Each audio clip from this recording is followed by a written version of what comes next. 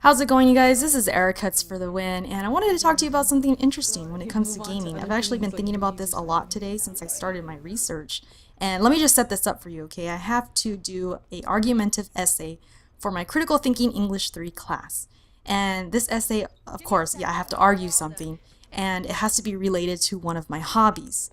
So I went ahead and went with video games as the hobby, and from that hobby, I was going to argue that video games do not always cause violence. They should not be blamed for violence because we all know that these stories come up a lot, that some kid shoots somebody and then they blame Grand Theft Auto, they blame some other game like Call of Duty or whatever. And so I figured, oh, that's easy, no problem, I'll just write about that. Problem is, I went to talk to my teacher about my thesis because I wanted to revise it and make it better, and he ended up telling me that every time somebody writes about video games, it's always about the violence. And he just thought it was very overdone. And he went on to tell me that all those essays flopped, like all of them.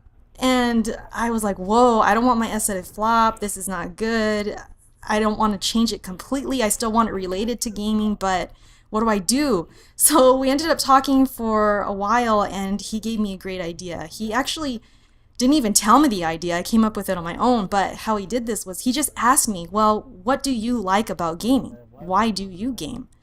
And I thought about it for a sec, and then I told him, well, there's a social aspect to it. I like collaborating with people, working with people, having teamwork, and just, having that satisfaction of getting better at a game, and then also just getting away from everyday life, just relaxing and playing games. And then he just said, well, there you go. And for a second, I just looked at him like, huh? And then, but a light at that very second went off as well. And I thought, okay, I got it now. And I thanked him and I was like, okay, I got this. I'm just going to do the whole positive versus negatives because a lot of people, especially in the media and, our grandparents and people who don't play video games and our parents sometimes and just people who are ignorant and they've never gamed, they tend to think that video games have a lot of negative consequences.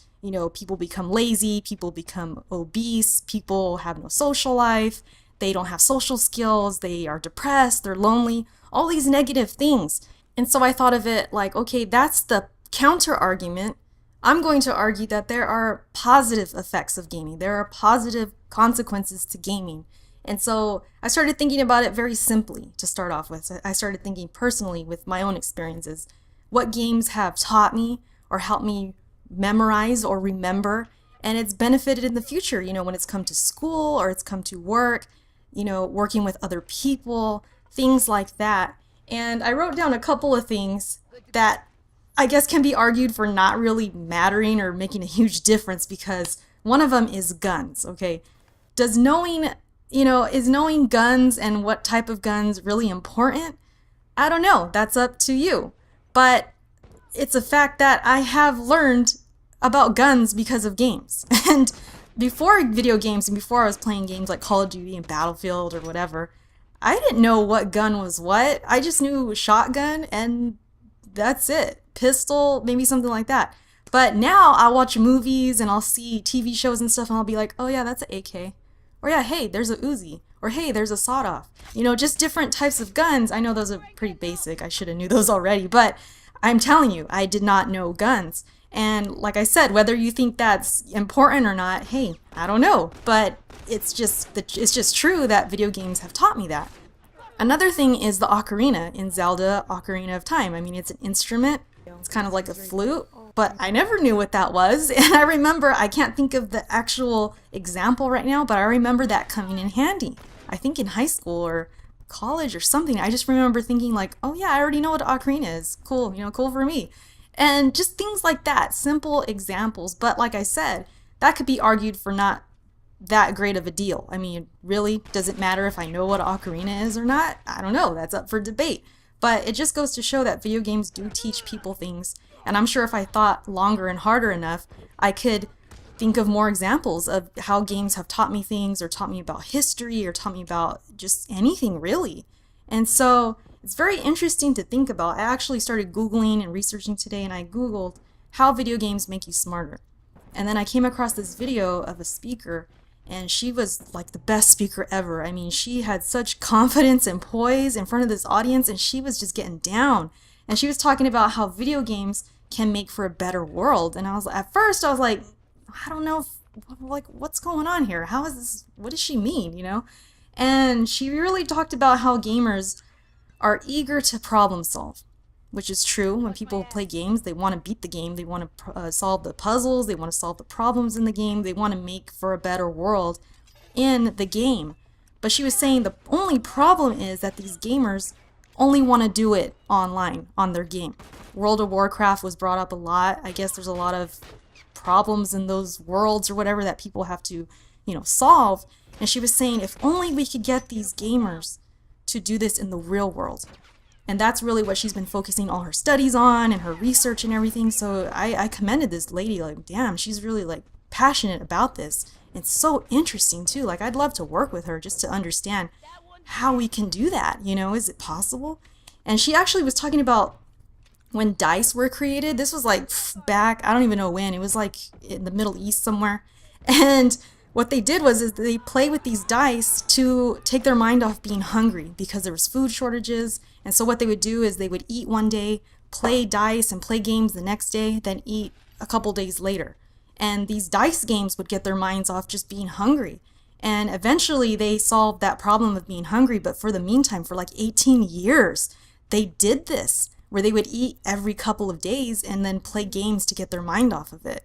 And then she went on to say that we do this now. I mean, we get away from our problems. If we have problems at school or at work or within the family or whatever, problems with boyfriend, girlfriends, anything, you know, being poor, whatever. I don't know why you're poor and you have video games, but you know what I mean. You are, you're getting away from your problems.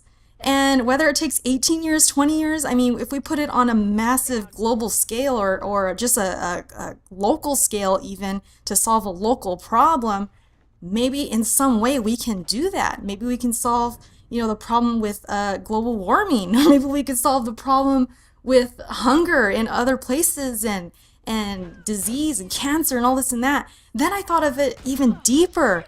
What if the people right now who are working for Red Cross or working overseas and trying to help hungry people, people who are saving animals and rescuing animals and things like that, what if these people grew up on video games? Not all of them. I'm just saying, what if some of them did?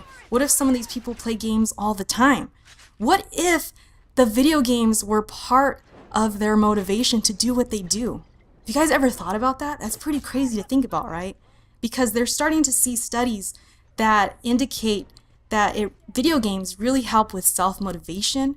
They help with, of course, like I said, problem solving. They help you want to change the world. Even if you're doing it just on your game, you have it in you that you want to make a difference. You want to be a team player and you want to do something to help the world. And so that was just all too interesting. I wanted to share that with you all and see what you think. If you have any examples of how video games have helped you, please comment below. I would love to know, you know, how they've helped you, whether it's from a test at school, maybe it helped you answer a question, or maybe it just helped you in your general knowledge of something. Maybe you're in the military and it helped you, I don't know, get ready for it. I mean, there's always different examples that we all have. And myself personally, I know that I'm a huge self-motivator. And I thought, I started thinking today, maybe video games had to do with that.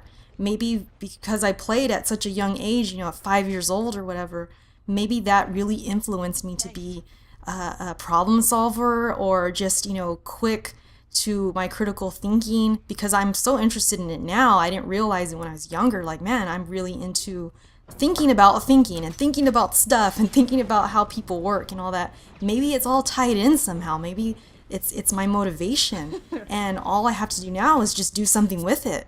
Isn't that an amazing thing to think about? It's like we all have it in us. We just got to do something with it now. It's awesome. Anyways, guys, thanks for watching this video.